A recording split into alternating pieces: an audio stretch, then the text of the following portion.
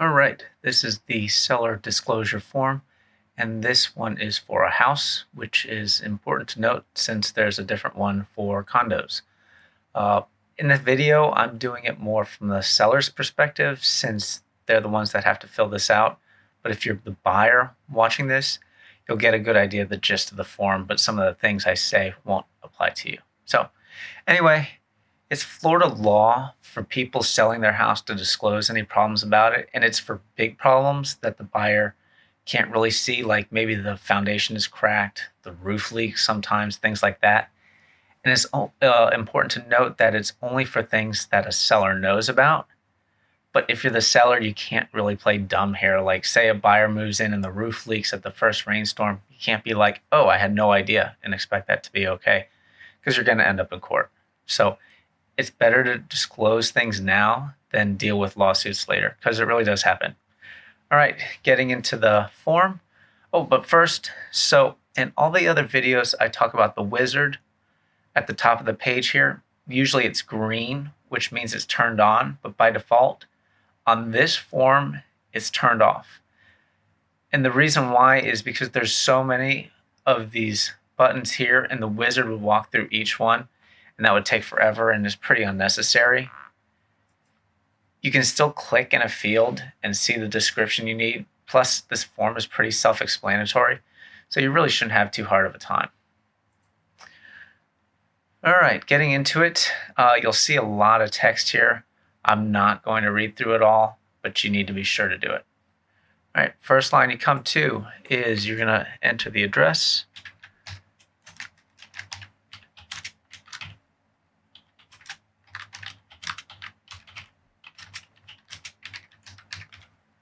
That's for our demo address.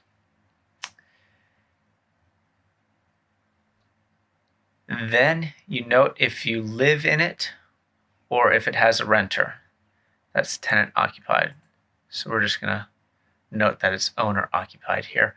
One thing to note about this occupied section, say you're renting the house out, you can say that you don't live there, but you can't say that you don't know the conditions, because really that doesn't fly.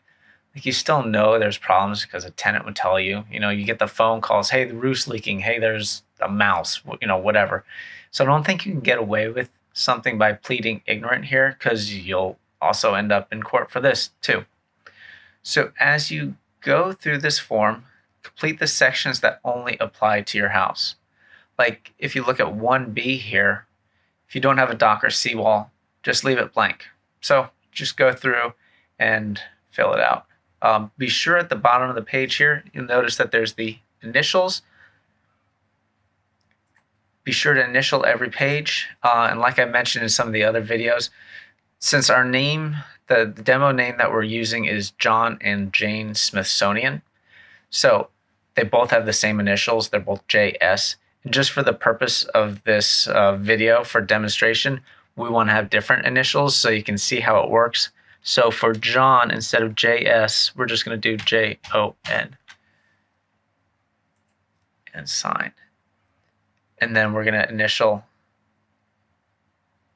for Jane. If there's a second person, then you're going to do that initial. And for Jane, instead of Jane Smith, we're going to do JAN, like for Jane. Let me scroll back up to that to point this out. The reason the initials field is on different lines is you can see this timestamp here, date and timestamp.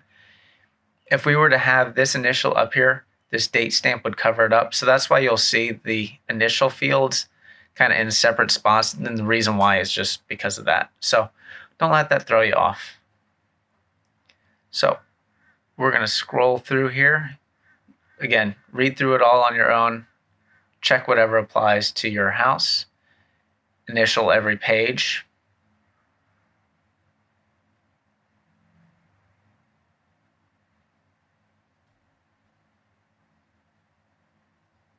And then we come to the end here. We're going to do a signature print date. So signature, add a new signature. John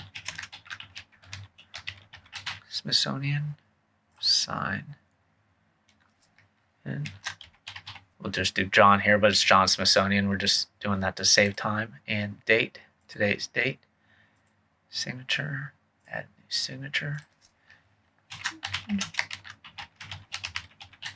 Jane Smithsonian. And again, print your name and the date. If you're the buyer reading this or listening to this video, you'll have fields here for you to sign. And don't forget to initial the bottom of this page as well. There's one more page. Sometimes people don't realize there's another page here. This is the update page. Even if there's no updates at the bottom, there's again the signature field and the initials. So we're going to enter signature, type your name, enter the date, do Jane, type her name and date, and then don't forget to initial at the very bottom. And that's it. You click the done button to submit, say yes, it's good to go, and that's it. If you have any questions, feel free to reach out to us. Thanks a lot.